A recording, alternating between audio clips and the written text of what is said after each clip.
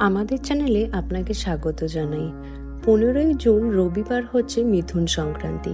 আজ আমরা জানব মিথুন সংক্রান্তির গুরুত্ব।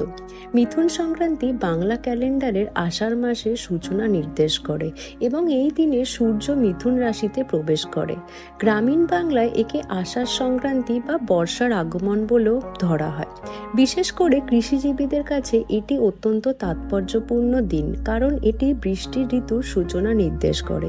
অনেকেই এই দিনে নদী বা পুকুরে স্নান করে সূর্যদেবের পূজা করেন এবং দান করে পূর্ণ অর্জনের চেষ্টা করেন। বলা হয় এই দিনে সূর্যদেব বৃষ রাশি ছেড়ে মিথুন রাশিতে প্রবেশ করেন।